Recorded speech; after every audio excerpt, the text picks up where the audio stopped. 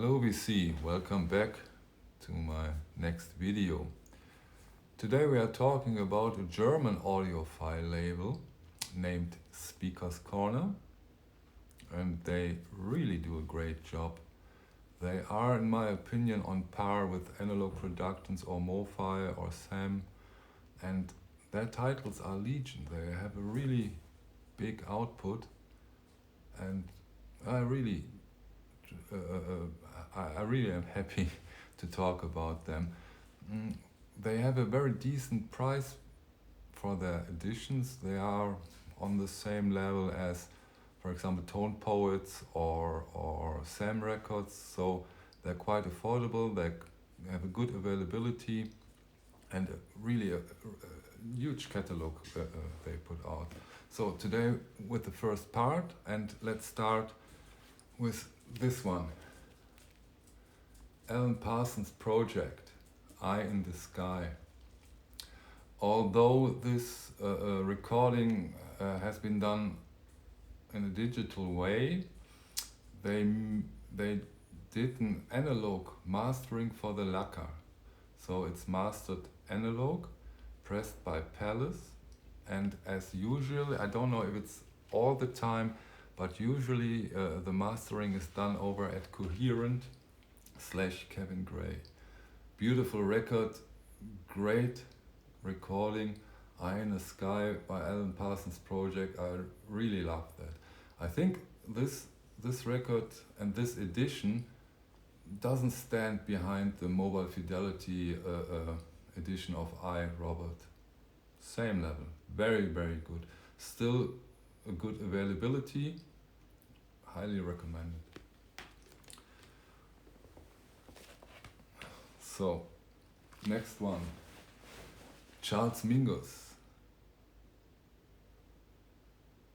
This one is a live concert he did over at Antibes in France. I think it was recorded in 1960. Very beautiful record. Let's see. This one is a double record.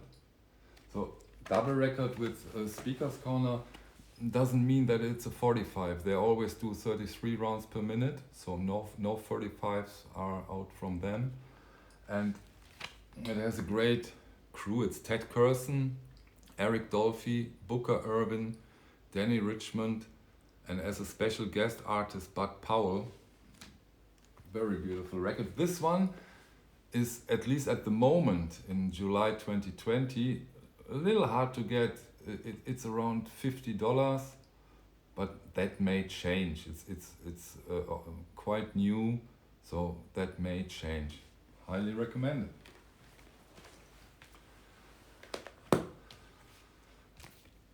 Ian Dury, Sex and Drugs and Rock and Roll.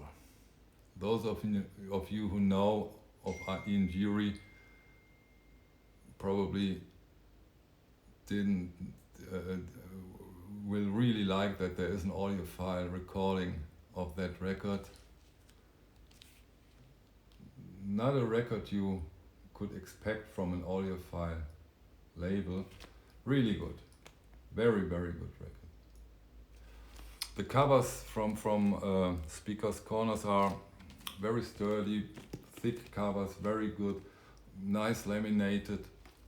I think, I don't know if it said it, if so, I'm sorry I said it twice. The records are pressed by Palace here in Germany, which in my opinion is at least at the moment the best pressing plant in the world. Really great. Speaker's Corner had a rough time because they made a big mistake with the Legrand Jazz. They got the wrong mastering tapes and put them on record, and this record turned out to be terrible. Nobody recognized that. I will never understand why. And so that was a huge impact on their reputation for quite some time. But this is I hope and I'm sure, one-time only accident. So it's a great audiophile label. Next one we have here is Again, Charles Mingus. Is that a beautiful cover? It's so great. So great. The record itself is not that easy. It's great, even with some spoken word. But that cover.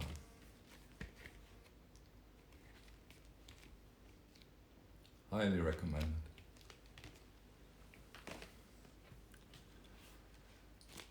Miss Diana Ross. I think this is her first, it is her first solo album after the Supremes. I think it's recorded in 1970. Very good record. Pressed again over at Palace. Mastering Coherent, Kevin Gray. Great one.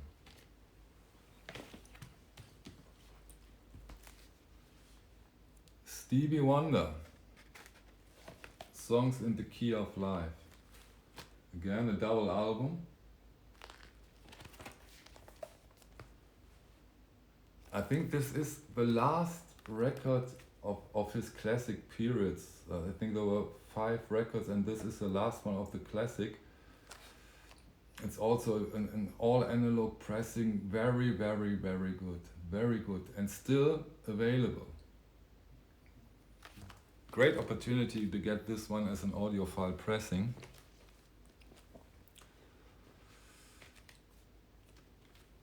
Now, the Doobie Brothers. I think that's their 3rd album, very successful album.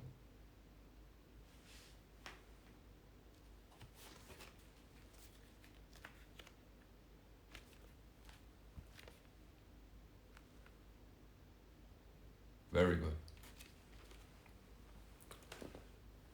I have the Canadian original pressing and I compared it and this pressing is definitely much better than this original Canadian pressing. It's great. So, the last record for today, it's a Motown. Not Motown, but a sub-label from Motown, Tamiya Records, and it's funky. It's great. It's great funk, soul, beautiful record, beautiful pressing, and I find it very difficult to get audiophile Motown pressings. That's quite annoying because those are marvelous records and Speaker's Corner has some Motown as audiophile pressings and that's very interesting, I think. So look in the catalog. This series will continue for a long time.